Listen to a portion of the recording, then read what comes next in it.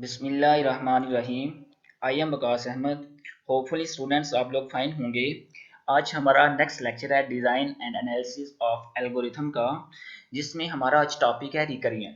तो रिकरियन स्टूडेंट्स एक ऐसी टेक्निक होती है जिसमें कोई भी फंक्शन खुद को ही कॉल करता है, इसको बोलते हैं हम लोग रिकरियन। और ऐसा फंक्शन जो खुद को ही कॉल करे उसको रिकर्सिव फंक्शन बोलते हैं। और ये जो हमारे पास रिकरियन होती है प्रोग्रामिंग में बहुत एक पावरफुल टेक्निक है जिसको हम लोग यूज करते हैं। तो यहाँ पे आप लोग देख रहे हैं कि हमारे पास ये एक डायग्राम है जिसमें कोई भी एक हमारे पास फंक्शन है और वो खुद को ही कॉल कर रहा है, ये होती है रिकरियन। तो समटाइम्स हमारे पास कुछ ऐसी प्रॉब्लम्स होती हैं स्टूडेंट्स जिनको हम लोगों ने स्मॉलर वेरिएंट में सॉल्व करना होता है। तो उनका जो बेस्ट सोल्यूशन होता है वो हम लोग रिकर्सिव फंक्शन को यूज करके जो है वो सॉल्व कर सकते हैं, उनका सोल्यूशन जो है वो निकाल सकते हैं। इस तरह हमारे पास जो रिकरियन टेक्निक होती है हम लोग उसको स्मॉलर प्रॉब्लम्स के लिए आमतौर पर यूज करते हैं। और इसमें जो हमारे पास प्रोसीजर होता है इसके लिए हम लोग एक टर्म यूज करते हैं जिसको इटसेल्फ की टर्म बोलते हैं, कि जब कोई फंक्शन खुद को ही कॉल करे इटसेल्फ जिसे बोलते हैं उसको बोलते हैं कि ये हमारा रिकर्सिव फंक्शन है। जिस तरह के एक डायग्राम है हमारे सामने कि खुद को ही ये कॉल कर रही है, जिसमें छोटी डायग्राम जो है स्मॉलर डायग्राम्स क्रिएट होती जा रही हैं, इसको बोलते हैं कि ये हमारे पास रिकरियर है।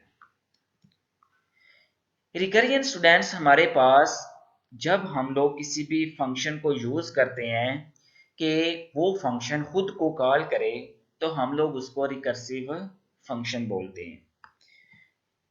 तो इसके बाद सबसे जो इम्पोर्टेंट क्वेश्चन आता है हमारे पास कि हम लोग रिकर्सिव या रिकरियन को यूज क्यों करते हैं। चूंकि हमारे पास ये जो रिकर्सिव मेथड होता है एक मैथमेटिकली एक बहुत ही एलिजेंट जो है वो एक प्रोसीजर है देन यूजिंग लूप्स की निस्बत, कि हम लोग इजीली किसी भी प्रॉब्लम की जो करेक्टनेस होती है उसको इसके थ्रू जो है वो प्रूव कर सकते हैं। इसके बाद हमारे पास जो ये रिकर्सिव या रिकरियन प्रोसीजर होता है ये हमारे पास जब कोई ऐसी प्रॉब्लम हो जिसमें लूप्स के थ्रू उसको सॉल्व करना जो है वो ट्रिकी हो, तो हम लोग एक स्ट्रेट फॉरवर्ड मेथड से रिकरियन को यूज करके उसको सॉल्व कर सकते हैं। और इसके बाद जितनी भी हमारी डेटा स्ट्रक्चर्स होती हैं उनको वेल सूटेड जो है वो इसको डिफाइन कर सकते हैं रिकरियन को यूज करके। हम लोग रिकरियन रिकर्सिव फंक्शन को यूज करके हमारी जो डेटा स्ट्रक्चर्स होती हैं उनको डिफाइन कर सकते हैं। नेक्स्ट है कि प्रोग्रामिंग में रिकरियन क्या होती है। चूंकि हमारे पास C++ जो लैंग्वेज है इसमें हम आमतौर पर जो फंक्शन यूज करते हैं वो फंक्शन जो होता है कोई भी किसी दूसरे फंक्शन को कॉल कर सकता है। फॉर एग्जांपल अगर हम लोग ऑब्जेक्ट ओरिएंटेड की बात करें तो हम लोग उसमें फ्रेंड फंक्शन को यूज कर सकते हैं कि जिसमें एक फंक्शन दूसरे फंक्शन के जितने भी पैरामीटर्स होते हैं जितने भी पैरामीटर्स हैं फंक्शन है उनको यूज कर सकते हैं। और फंक्शन जो खुद को ही कॉल करे हम लोग उसको बोलते हैं कि ये हमारे पास प्रोग्रामिंग में रिकर्सिव फंक्शन है। और जब हमारे पास कोई फंक्शन खुद को कॉल करता है तो उसको रिकर्सिव कॉल बोलते हैं। ये हमारे पास एक पावरफुल टेक्निक होती है आइट्रेशन की जगह, आइट्रेशन लूपिंग स्ट्रक्चर की जगह हमारे पास एक पावरफुल जो टेक्निक है वो रिकर्सिव है। रिकर्सिव कॉल क्या होती है, जो स्टेटमेंट हम लोग रिकर्सिव फंक्शन को कॉल करने के लिए यूज करते हैं उसको रिकर्सिव कॉल बोलते हैं। और हमारे पास ये जो टेक्निक होती है एक प्रोसीजर होता है किसी भी फंक्शन को जो कि खुद को ही कॉल करता है उसको हम लोग रिकरियन बोलते हैं। रिकर्सिव डेफिनेशन की बात करें तो हमारे पास एक ऐसी टर्म यूज हो रही है जो कि खुद को ही कॉल कर रही है, इटसेल्फ जो टर्म है जो यूज होती है रिकर्सिव फंक्शन के लिए।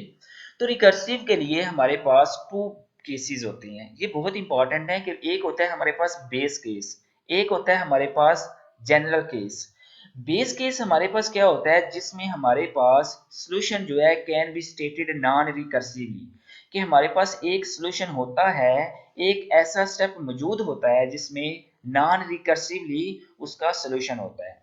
सेकंड वन इज कि हम लोग पहले से ही एक्सप्लिसिटली जानते होते हैं कि हमारे पास इसका तो इसमें हम लोग सबसे पहले जो पहला हमारा केस होता है उसको विदाउट रिकरियन हम लोग सॉल्व करते हैं। ये जो हमारे पास थर्ड पे लिखा हुआ है बेस केस में, ये तो हमारा बेस केस। नेक्स्ट है हमारे पास जनरल केस। जनरल केस में हमारे पास जो भी सॉल्यूशन होता है उसका हमने स्मॉलर वेरिएंट लेके आना होता है कि जिसमें कोई फंक्शन खुद को ही इटसेल्फ कॉल करता है। इसको हम लोग रिकर्सिव केस भी बोलते हैं कि जिसमें हमारे पास एक फंक्शन बन जाता है कि जो खुद को ही कॉल कर रहा है। ये जनरल केस है और एक बेस केस है, हमारे पास टू केस होते हैं। इसके बाद है कि बेस केस और रिकर्सिव केस जो होता है इन दोनों में क्या डिफरेंस होता है। बेस केस जो होता है हमारे पास जो कि रूटीन में खुद को कॉल नहीं करता, इट सेल्फ कॉल नहीं करता। लेकिन जब रूटीन की कॉल होती है, जो हमारे पास सब टास्क होता है जिसमें कॉल होना होता है, तो इसमें वो खुद को रिकर्सिवली केस जो होता है वो सॉल्व जो है कॉल करता है। और टू टाइप्स ऑफ केसेस जो होते हैं यूजिंग रिकर्सिव एल्गोरिथम्स में, हमारे पास एक बेस केस और एक रिकर्सिव केस होता है। इसीलिए हमारे पास ये बहुत इंपॉर्टेंट बात है कि हम लोग जब भी कोई प्रॉब्लम को सॉल्व करें तो इसमें हम लोगों ने हमेशा याद रखना है कि what is my base case, हमारा बेस केस क्या होगा, और what is my recursive case, इसमें हमारा रिकर्सिव केस क्या होगा। कि बेस केस हमारा स्टार्ट केस कौन सा है, रिकर्सिव केस के हमारा रिकर्सिव केस कौन सा है जो कि बजाते खुद को ही कॉल कर रहा है, ऐसा फंक्शन हमारा कौन सा है जो कि इट सेल्फली कॉल हो रहा है। इसके बाद है हमारे पास एक रिकरियन की एग्जांपल है कि जिसमें हमारे पास एक फंक्शन बना हुआ है। यहाँ पे देखें तो ये हमारे पास बेस केस है और नेक्स्ट हमारे पास ये जो फंक्शन बना हुआ है ये रिकर्सिव फंक्शन है। इसको हम लोग बोलते हैं फिक्टोरियल का फंक्शन। ये हमारे पास एक फिक्टोरियल का केस है, फिक्टोरियल का फंक्शन है जिसको हम लोग जनरल केस बोलते हैं, रिकर्सिव फंक्शन बोलते हैं, और ये हमारे पास बेस केस होता है। इसके बाद हमारे पास ये वही एग्जांपल सॉल्व हुई है कि हम लोग अपनी प्रॉब्लम को स्प्लिट कर लेते हैं, डिवाइड कर लेते हैं कि यहाँ पे हमारे पास अगर ए प्रॉब्लम है तो ए का फिक्टोरियल हम लोगों ने करना है, फाइंड करना है। तो हम लोग पहले ए, इसके साथ हम लोगों ने स्मॉलर प्रॉब्लम्स में उसको स्प्लिट कर दिया ए माइनस वन का फिक्टोरियल। इसके साथ हमारे पास जो ए होगा वो मल्टीप्लाई हो जाएगा ए माइनस वन के साथ, और साथ जो हमारे पास आएगा ए की वैल्यू आएगी उसका फिक्टोरियल आ जाएगा। ये फैक्टोरियल की एग्जांपल है, हमारे पास सॉल्व है कि 5 का फैक्टोरियल हम लोगों ने करना है। ये हमारे पास फंक्शन है जिसमें हमारा बेस केस है if a is equal to 0 तो रिटर्न 1 होगा, और एल्स ये हमारे पास रिकर्सिव केस है, जनरल केस जो कि हम लोग पढ़ चुके हैं। रिटर्न में a स्टैटिक फैक्टोरियल फंक्शन का नेम a माइनस वन, तो ये हमारा रिकर्सिव फंक्शन है। यहाँ पे देखें तो हमारे पास 5 का फैक्टोरियल हमारे पास 5 स्टैटिक 4 1 होगा। इसके बाद 4 का जो फैक्टोरियल होगा वो हमारे पास स्टैटिक 3 का फैक्टोरियल होगा। 3 का जो फैक्टोरियल होगा वो साथ मल्टीप्लाई हो जाएगा 2 फैक्टोरियल के साथ, और 1 का जो फैक्टोरियल होगा वो 2 के साथ, और 1 का फैक्टोरियल जो होगा हमारे पास 0 फैक्टोरियल, और 0 का जो फैक्टोरियल होगा हमारे पास हमेशा 1 के इक्वल आता है। क्योंकि अगर हम लोग 0 का फैक्टोरियल जो है 0 के इक्वल ही स्टूडेंट रखेंगे तो हमारा सारे का सारा जो आंसर हो जाएगा वो 0 के इक्वल आ जाएगा। तो हम लोगों में जब भी 0 का फैक्टोरियल आएगा तो उसको रिटर्न 1 करवाना होता है। तो यहाँ पे बात करें तो 0 का फैक्टोरियल हमारे पास 1 है, तो 1 का फैक्टोरियल हमारे पास 1 स्टैटिक 1 आएगा और 1 के इक्वल आएगा। इसके बाद हमारे पास 2 का जो फैक्टोरियल आएगा वो 2 आएगा, और 2 का जो फैक्टोरियल होगा हमारे पास वो 2 होगा, और मल्टीप्लाई 3 के साथ इसको करेंगे, ये हमारे पास 3 का फैक्टोरियल बन जाएगा। इसके बाद हमारे पास जो 4 का फैक्टोरियल होगा उसको हम लोग क्या करेंगे, 3 के फैक्टोरियल के साथ मल्टीप्लाई करेंगे कि 6 स्टैटिक 4। इसके बाद हमारे पास 4 का जो फैक्टोरियल होगा उसको मल्टीप्लाई करेंगे 5 के साथ, यहाँ पे वो 5 का फैक्टोरियल हमारे पास आ जाएगा। तो हम लोग इसको सॉल्व करेंगे तो हमारे पास टोटल जो है वो 120 जो 5 का फैक्टोरियल है वो कैलकुलेट होके आ जाएगा। होपफुली स्टूडेंट्स आप लोगों को ये चीज समझ आ चुकी होगी। तो नेक्स्ट है हमारे पास कि अगर हम लोग स्टैक को यूज करके इसको देखें तो यहाँ पे देखें तो हमारे पास ये एक फंक्शन बना हुआ है एक पूरे का पूरा, जिसमें हम लोग देख रहे हैं कि रिटर्न हमारे पास जो है ये फैक्टोरियल का फंक्शन है जो कि रिकर्सिव फंक्शन है। ये हमारे पास बेस केस है। तो यहाँ पे हमारे पास देख रहे हैं हम लोग कि हर कॉल पे जो मेथड हमारे पास क्रिएट हो रहा है इसमें new set of local variables का आ रहा है। यहाँ पे इनिशियल है, यहाँ पे आफ्टर 1 आइट्रेशन है, तो इसके बाद आफ्टर 4 आइट्रेशन हमारे पास ये चीज बन रही है। तो नेक्स्ट हम लोग देखें तो हमारे पास इस तरह सॉल्व होके 120 आएगा कि यहाँ पे हमारे पास 4th आइट्रेशन है।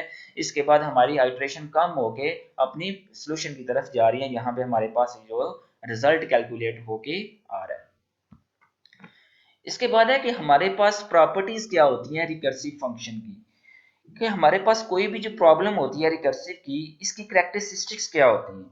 फर्स्ट ऑफ ऑल हमारे पास वन और मोर जो स्टॉपिंग केस होते हैं, इसमें नॉन रिकर्सिव सॉल्यूशन में होते हैं। जब हम नॉन रिकर्सिव सॉल्यूशन को यूज करें तो इसमें हमारे पास एक या एक से ज्यादा स्टॉपिंग केस होते हैं।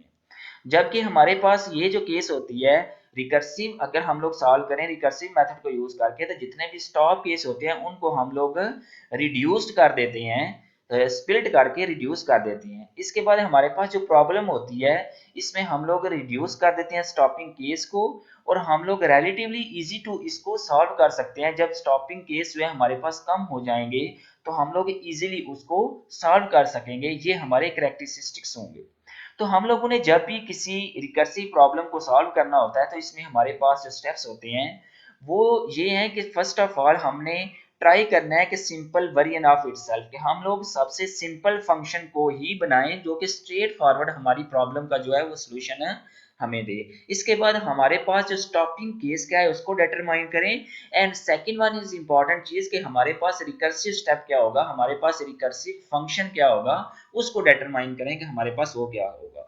कि जब भी हम लोगों ने कोई प्रॉब्लम को सॉल्व करना है तो फर्स्ट ऑफ ऑल हमने ये देखना है कि हमारे पास स्टार्टिंग केस क्या है, स्टॉपिंग केस क्या है डिटरमाइन करना है। इसके बाद हमने ये देखना है कि रिकर्सिव स्टेप इसमें क्या होगा हमारे पास। इस तरह हमारे पास ये एक प्रॉब्लम है जिसको हम लोग स्मॉलर स्टेप्स में जो है वो सॉल्व कर रहे हैं। यहाँ पे देखें तो हमारे पास इफ की कंडीशन यूज होती है इसमें, जो हमारे पास रिकर्सिव एल्गोरिथम होता है। तो यहाँ पे देखें तो stopping case is reach solve it, और एल्स में चले जाए तो हमारी जो भी प्रॉब्लम होगी हम लोग उसको प्रॉब्लम स्मॉलर प्रॉब्लम्स में डिवाइड कर रहे हैं, जो हमारा रिकर्सिव का फंक्शन बन रहा है। कि यहाँ पे तो हमारे पास बेस केस आ रहा है कि अगर स्टॉपिंग केस ये हो कि फॉर एग्जांपल हमने फैक्टोरियल करना है कि अगर n इज इक्वल टू 0 आए तो उसने रिटर्न 1 करना है, 0 नहीं करना, क्योंकि हमारा सारे का सारा रिजल्ट जो है वो 0 के इक्वल आ जाएगा। लेकिन एल्स पार्ट में हम लोगों ने उसको स्मॉलर पार्ट्स में डिवाइड करना होता है कि वो एल्स पार्ट में हमारी जो प्रॉब्लम है वो स्मॉलर में डिवाइड हो जाए। इसके बाद है हमारे पास कि रिकर्सिव और आइट्रेशन में डिफरेंस क्या होता है। स्टूडेंट्स ये भी बहुत एक इम्पॉर्टेंट चीज है कि हम लोग लूप भी तो यूज कर सकते हैं, हम लोग रिकर्सिव फंक्शन को ही क्यों यूज करते हैं, इनमें डिफरेंस क्या होता है। तो फर्स्ट ऑफ ऑल कि हमारे पास जो आइट्रेशन होती है हम लोग उसको रिकरियन की जगह जो है वो रिप्लेस कर सकते हैं। हम लोग जो आइट्रेटिव एल्गोरिथम होता है उसमें लूपिंग कंस्ट्रक्ट को यूज करते हैं, और हमारे पास जो रिकर्सिव एल्गो होता है उसमें हम लोग ये रिकर्सिव एल्गोरिथम को ब्रांचिंग स्ट्रक्चर को यूज करते हैं।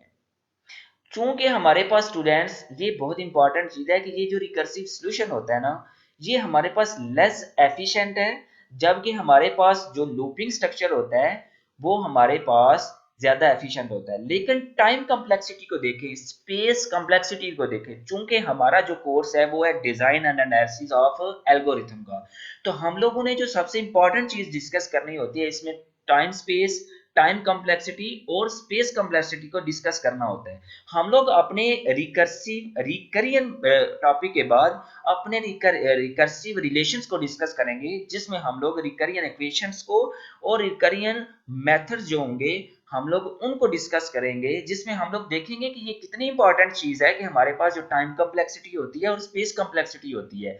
हमारे इस कोर्स को पढ़ने का मकसद भी यही है कि हम लोग ये देख सकें कि हमारे पास टाइम कम्प्लेक्सिटी किसी एल्गो की कितनी आ रही है और हमारे पास स्पेस कम्प्लेक्सिटी कितनी किसी एल्गो की आ रही है। तो रिकरियन हमारे पास एक सिंपल सोल्यूशन हमें देता है, एक फॉरवर्ड हमारे पास एक स्टेट सोल्यूशन हमें देता है, स्टेट फॉरवर्ड, कि हम लोग कोई भी प्रॉब्लम को शॉर्टर अपने स्टेप्स में सॉल्व कर सकें और इजीली उसको हम लोग उसका जो सोर्स कोड होता है उसको अंडरस्टैंड कर सकें। तो हमारे पास ये जो प्रॉब्लम होगी हम लोग उसको आइटरेटिव मेथड से भी सॉल्व कर सकते हैं, लूपिंग स्ट्रक्चर को यूज करके भी सॉल्व कर सकते हैं, लेकिन हम लोग ऑप्टिमाइजेशन के लिए हम लोग रिकर्सिव डिजाइन को ही यूज करते हैं। इसके बाद है हमारे पास कि डिसाइड करना कि हम लोग यूज करें रिकर्सिव फंक्शन को या हम लोग यूज करें आइटरेटिव को। तो हमने ये देखना होता है कि हमारे प्रॉब्लम की डेप्थ कितनी है। अकॉर्डिंग टू डेप्थ को देखें, अगर तो डेप्थ हमारी प्रॉब्लम की ज्यादा है तो हम लोग लूप को ही यूज करते हैं। अगर हमारी प्रॉब्लम की जो डेप्थ होती है वो शैलो हो, कम हो, तो हम लोग किसको यूज करते हैं, रिलेटिवली हम लोग रिकर्सिव फंक्शन को ही यूज करते हैं। इसके बाद हमारे पास अगर सेम एक प्रॉब्लम है तो वो सेम अमाउंट ऑफ टाइम ले रही हूँ, सेम वर्क ले रही हूँ कि रिकर्सिव मेथड में भी और नॉन रिकर्सिव वेरिएंट में भी, तो हम लोग उसको नॉन रिकर्सिव में ही यूज करते हैं, क्योंकि नॉन रिकर्सिव हमारे पास जो मेथड होता है ज्यादा एफिशिएंट होता है। इसके बाद है हमारे पास जो रिकर्सिव मेथड होता है वो हमें किसी भी प्रॉब्लम का शॉर्टर और सिंपल जो होता है वो सोल्यूशन देता है किसी नॉन रिकर्सिव सोल्यूशन की निस्बत। फॉर एग्जाम्पल हमारे पास एक प्रॉब्लम है, इस प्रॉब्लम को हम लोगों ने सॉल्व करना है कि हमारे पास जो मिड में है हम लोगों ने इसको टावर ऑफ हनोई बोलते हैं कि हम लोगों ने यहाँ पे इसको शिफ्ट करना है। तो कैसे करेंगे, फर्स्ट ऑफ ऑल हमारी जो सबसे स्मॉलर होगी इसको हम लोग सेकंड पे शिफ्ट करेंगे, इसके बाद जो सेकंड होगी उसको थर्ड पे शिफ्ट कर देंगे, इसके बाद नेक्स्ट जो हमारी सबसे स्मॉलर होगी उसको सेकंड पे शिफ्ट करेंगे, और जो हमारे पास लार्ज होगी उसको दरमियान में शिफ्ट कर देंगे। तो इस तरह दोबारा हम लोगों ने उसको फर्स्ट पे ले आए, इस तरह इसके बाद इसको इस पे ले आए, तो यहाँ पे हम लोग देखेंगे तो ये हमारी जो प्रॉब्लम है वो सॉल्व हो जाएगी कि हम लोग दरमियान में लेके आना चाह रहे, तो हम लोगों ने उसको स्टेप बाय स्टेप जो है उसको सॉल्व कर लिए। इस कैल को देखें तो हमारे पास है कि अगर 1 के इक्वल है तो वो मूव करेगा डिस्क ए टू सी पे, इसके बाद अगर हम वो ग्रेटर देन 1 है तो वो ए टू बी यूज करेगा, और सी को हम लोग एज अ टेम्परेरी वेरिएबल जो है वो यूज करेंगे। इस तरह ये इसका एल्गोरिथम है, ये इसका सूडो कोड है कि हम लोग इसका सूडो कोड जो है वो किस तरह राइट कर सकते हैं। होपफुली स्टूडेंट आप आज के लिए आप लोगों के ये काफी होगा। तो नेक्स्ट तक के लिए खुदा हाफिज। नेक्स्ट हमारा जो टॉपिक होगा वो रिकर्सिव रिलेशन पे होगा कि किस तरह हम लोग इक्वेशन को डिराइव करते हैं और किस तरह हम किसी का टाइम कॉम्प्लेक्सिटी जो होती है रिकर्सिव रिलेशन से वो किस तरह कैलकुलेट करते हैं। अल्लाह हाफिज।